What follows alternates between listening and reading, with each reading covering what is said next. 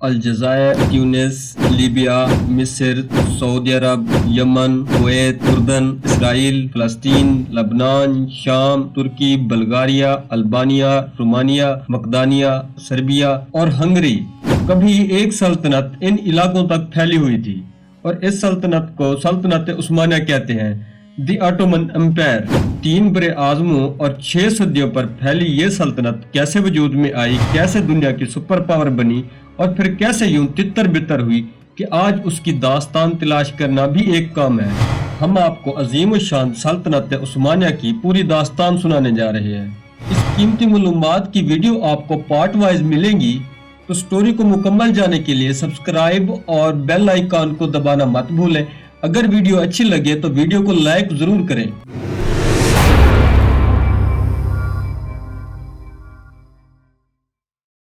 یہ آج کا ترکی ہے، لیکن 1000 سال پہلے اس علاقے کو اناطولیہ کہتے تھے۔ اس کے مشرق میں یہاں سلجوقی سلطنت کی حکومت تھی۔ یہ سلجوق ترک نسل سے تعلق رکھتے تھے، جبکہ یہ سارا علاقہ رومیوں کے قبضے میں تھا۔ رومن امپائر اناطولیہ اور یورپ کے مشرقی علاقوں تک پھیلی ہوئی تھی، جس کا مرکز یہ قلعہ تھا جسے قسطنطنیہ کہتے ہیں، لیکن آج کے اس زمانے میں اسے استنبول کے نام سے جانا جاتا ہے۔ اسی خطے اناطولیہ میں ایک بہت ہی خوبصورت جھیل ہے۔ اسی جھیل میں ایک مگرمچھ اور مچھلی کی ملی جلی شکل والا مونسٹر رہتا ہے۔ معلوم نہیں رہتا ہے یا نہیں، لیکن جھیل کا نظارہ کیا ہی خوبصورت ہے۔ اس کے کنارے پر یہ خوبصورت تاریخی چرچ دیکھیے، جس کی دیواروں پر بائبل کی ایک مقدس داستان تراشی ہوئی ہے۔ اسی جھیل کے اس کنارے پر 1000 سال پہلے بظاہر مختصر لیکن تاریخ کا دھارا موڑ دینے والی ایک جنگ ہوئی تھی۔ اس تاریخی جنگ کی یاد میں یہاں ہر سال اگست میں ایک شاندار تقریب ہوتی ہے۔ یہ تقریب اتنی ہوتی ہے کہ ترک صدر بھی اس میں شرکت کرتے ہیں۔ تقریب میں ایک کھیل پیش کیا جاتا ہے جس میں ترک گھوڑ سوار لگامیں پکڑے بغیر گھوڑا دوڑاتے ہیں اور بھاگتے گھوڑے سے گردن موڑ کر پیچھے کی جانب تیر چلاتے ہیں اور نشانہ لگاتے ہیں۔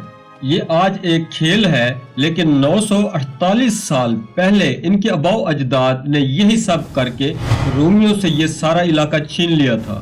ہوا یہ تھا کہ 11ویں صدی عیسوی میں اناطولیہ پر کنٹرول کے لیے سلجوکیوں اور رومیوں میں جنگیں ہوتی رہتی تھی، لیکن بنیادی طور پر یہ علاقہ رومی سلطنت بازنطین امپائر کا حصہ تھا۔ رومن سلطنت نے ترکوں کو روکنے کے لیے اپنی سرحد کے ساتھ ساتھ قلعوں کی ایک طویل قطار بنا رکھی تھی، جو سرحدی چوکیوں کو کام دیتی تھی۔ ان قلعوں میں موجود فوجی دستے حملہ آوروں کا مقابلہ کرتے تھے، لیکن یہ حملے اتنے بڑھ گئے تھے کہ انہیں روکنا اب سرحدی قلعوں کی بس کی بات نہیں تھی۔ چنانچہ رومی شہنشاہ رومانوس نے ترک خطرے کو مستقل ختم کرنے کے لیے ایک بڑی فوج جمع کی، جس کی تعداد 1 لاکھ سے کچھ زیادہ تھی۔ جب رومانوس سلجوکیوں کے خلاف جنگ کی تیاری کر رہا تھا، اس وقت سلجوکی ترکوں کا سب سے بڑا سلطان الپ ارسلان مصر کی خلافت کے خلاف جنگ میں الجھا ہوا تھا۔ فاطمی خلافت کے کنٹرول میں بیت المقدس، شام کے ساحلی علاقے تھے اور الپ ارسلان یہ علاقے چھیننا چاہتا تھا، لیکن ظاہر ہے الپ ارسلان ایک وقت میں 2 محاذوں پر نہیں لڑ سکتا تھا۔ اس نے رومن شہنشاہ کو پیغام بھیجا کہ اگر رومانوس جنگ نہ کرے تو ترک اس کے علاقے پر حملہ کرنا بند کر دیں گے، اور بدلے میں رومن سرحدی فوج بھی ترک علاقوں میں چھاپے مار کارروائیاں نہیں کرے گی۔ رومانوس مان تو جاتا، لیکن مسئلہ یہ تھا کہ دونوں سلطنتوں کے درمیانی سرحد غیر واضح تھی، اور سرحدی علاقوں پر دونوں کا بہت زیادہ کنٹرول بھی کچھ زیادہ نہ تھا، اور یہ معاہدہ طے نہیں ہو سکا، اور رومی شہنشاہ نے آگے کی طرف سلجوق سلطنت کے بارڈر کی طرف پیش قدمی جاری رکھی۔ 1071 میں رومانوس اپنے بڑے لشکر کے ساتھ اناطولیہ میں ملازکرت کے مقام پر پہنچا۔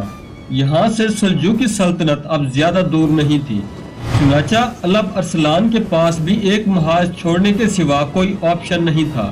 اس نے فاطمیوں سے جنگ روک دی اور رومی لشکر سے مقابلے کی تیاری کے لیے اپنے مرکز ایران آ گیا۔ یہاں اس نے 30,000 کا لشکر تیار کیا، جس میں مہر قسم کے گھوڑ سوار اور تیر انداز شامل تھے۔ الپ ارسلان ایک لمبے راستے سے جھیل وان کے کنارے پہنچا اور اس نے رومی فوج کے ایک بڑے حصے پر حملہ کر دیا۔ ये एक सरप्राइज अटैक था जिससे रूमी फौज संभल न सकी। रोमियो पर दूसरी क़यामत ये गुजरी कि उनकी फौज में तुर्क सिपाही किराए के सिपाही बनकर लड़ रहे थे।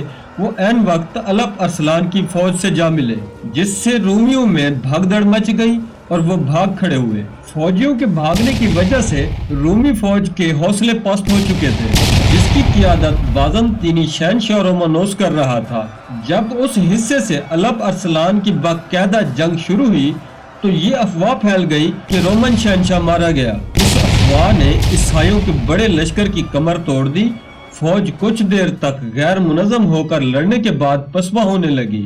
रोमी जो बड़े लाव लश्कर के साथ आए थे सिर्फ 24 घंटों में जंग हार चुके थे, लेकिन जो होने वाला था ये इसके मुकाबले में कुछ भी नहीं था। जंग के खात्मे पर एक आम सल्जूकी सिपाही सुल्तान अलप अरसलान के सामने आया। उसने जख्मी और धूल मिट्टी में अट्टा हुआ रोमी सिपाही अलप अरसलान के सामने लाकर ढेर कर दिया। सुल्तान ने पूछा ये कौन है? बताया गया कि ये रोमी शहंशाह रोमानोस है। अलप अरसलान को यकीन नहीं आया कि रोमी शहंशाह उसके कदमों में पड़ा है। उसने रोमानोस की गर्दन पर पांव रखा और पूछा, बताओ अगर मैं इसी तरह तुम्हारे सामने लाया जाता तो तुम क्या करते? रोमानोस ने कहा, मैं तुम्हें कत्ल कर देता, जंजीरों में बांध कर कुस्तुनतुनिया के बाजारों में घुमाता। अलप अरसलान ने जवाब दिया, और तुम अंदाजा भी नहीं कर सकते कि मेरा इंतकाम कितना भयानक होगा। मैं तुम्हें माफ कर दूंगा। उसके बाद अलप अरसलान ने रोमानोस से बहुत ही अच्छा सलूक किया, आला लिबास दिया, खाना दिया और एक मुआहदा किया उसके साथ, जिसके तहत अनातोलिया के बहुत से इलाके सल्जूकियों के कंट्रोल में आ गए। रूमी शहंशाह ने 15 लाख सोने के सिक्के सालाना खराज और अपनी बेटी की शादी सुल्तान के बेटे से करने का भी वादा किया। इसके बाद रूमी शहंशाह को आजाद किया गया, लेकिन वही हुआ जो अलप अरसलान ने कहा था कि मैं तुम्हें इससे भी भयानक सजा दूंगा। रूमी शहंशाह रोमानोस अभी अपने मरकज यानी कुस्तुनतुनिया पहुंचा भी नहीं था कि उसे अपने ही बागियों ने आन लिया, क्योंकि कुस्तुनतुनिया में उसके खिलाफ बगावत हो चुकी थी और नया शहंशाह इख्तिदार संभाल चुका था। तो बागियों ने रोमानोस को गिरफ्तार किया और उसकी आंखें निकाल दी और उसे कैद में डाल दिया, जहां वो बहुत ही तकलीफदा मौत मरा। वो दिन और आज का दिन फिर कभी अनातोलिया का ये इलाका दोबारा रोमियो के कब्जे में या ईसाइयों के कब्जे में नहीं गया। रोमियो ने इस इलाके को वापस लेने के लिए बहुत कोशिशें की, लेकिन कामयाब न हो सके। हाँ, ये जगह तारीख में अमर जरूर हो गई, क्योंकि यहीं कहीं वो तुर्क खाना बदोश कबीला भी था जो जानवरों को लंबे लंबे घास के मैदानों में घुमाकर अपना गुजर बसर करते थे। आज उस कबीले को दुनिया उस्मानी तुर्कों के नाम से जानती है। इनका असल नाम क्या था, ये अनातोलिया में ठीक ठीक कहाँ पर रहते थे, शुरू में इनका महजब क्या था, ये सब बातें किसी को मालूम नहीं, क्योंकि उस्मानी तुर्कों के बारे में जो कुछ लिखा गया वो सल्तनत उस्मानिया के क़याम के कम अज कम 100 साल बाद लिखा गया, जिसमें बहुत कुछ रंग अमेजी और दास्तान तराजी भी हो सकती है और सब कुछ सच भी हो सकता है। तो सल्जूक तुर्कों के अनातोलिया के बड़े हिस्से पर कब्जे के बाद तुर्कों के कई कबीलों की तरह ये उस्मानी तुर्क भी इस सरसब्ज और खूबसूरत इलाके में घूमने फिरने लगे। नाजरीन गिरामी, किताबों में ये भी लिखा है कि ये बहादुर, जफाकश और बहुत ही जंगजू तबीयत के लोग थे। उस वक्त तक अनातोलिया में आबाद दीगर कबाइल जो सल्जूकी सल्तनत के वफादार थे, उनका बुनियादी काम ये था कि वो सल्जूकी सल्तनत का रोमियो से दिफा करें। एक तरफ से ये सल्जूकी सल्तनत का बफर जोन था, स्ट्रेटेजिक डिबेट थी, लेकिन सल्जूकियों को सबसे ज्यादा तबाही का सामना रोमियो की तरफ से नहीं बल्कि मशरिक में चंगेज खान की तरफ से करना पड़ा। चंगेज खान अच्छे कपड़े पहनने का शौकीन था। ये कपड़े इस्लामी दुनिया में बनते थे। उसने मुसलमानों के सुल्तान ख्वारज़म शाह के पास, जो ईरान और सेंट्रल एशिया का हुक्मरान था, कुछ ताजरों को भेजा। मकसद ये था कि ये लोग इन इलाकों में बनने वाला बेहतरीन कपड़ा चंगेज खान के लिए जमा करके लाए, लेकिन ख्वारज़म शाह ने चंगेज खान के भेजे ताजरों को जासूस समझकर कत्ल कर दिया। चंगेज खान गुस्से में आग बगोला हो गया और उसने मामले की तहकीक के लिए एक कासिद ख्वारज़म शाह के पास भेजा। ख्वारज़म शाह ने उसे भी कत्ल कर दिया। बस अब क्या था, चंगेज खान आंधी और तूफान बनकर मुसलमानों पर टूट पड़ा। उसने चीन की सरहद से बगदाद तक मुस्लिम रियासतों की ईंट से ईंट बजा दी, यहाँ तक कि वह अनातोलिया तक आ गया। चंगेज खान की जानशीनों ने सल्जूकियों की सल्तनत भी तहस नहस कर दी और बाकी बची एक छोटी सी सलाजिकी सल्तनत, जिसे सलाजा के रूम कहते थे। ये छोटी छोटी रियासतों का एक ग्रुप था जिस पर अलप अरसलान के रिश्तेदारों की औलादें हुकूमत कर रही थी। तो इसी सलाजक रूम और रूमी सल्तनत के दरमियान अब उस्मानी तुर्कों का कबीला अपने लीडर उस्मान की क़ियादत में आहिस्ता आहिस्ता मजबूत हो रहा था। ये कहाँ पैदा हुआ और इसकी शुरू की जिंदगी कैसे गुजरी, इस बारे में आज ज्यादा मालूमात नहीं है। हत्ता कि ये भी वाज़ेह नहीं है कि उस्मान का नाम क्या वाकई उस्मान था या एहतमान था या ओतमान था, क्योंकि अरबी लहजे का नाम उस्मान बहुत बाद में दिया गया था। इसके मुतालिक मशहूर था कि वो एक दिलेर इंसान है। उसके जंगजू भी बहुत जबरदस्त घोड़सवार थे, इतने जबरदस्त कि वो बगैर लगाम थामे दौड़ते घोड़ों से शिकार को निशाना बनाने की सलाहियत रखते थे। उस्मान अपने सिपाहियों के साथ घुल मिल कर रहता था।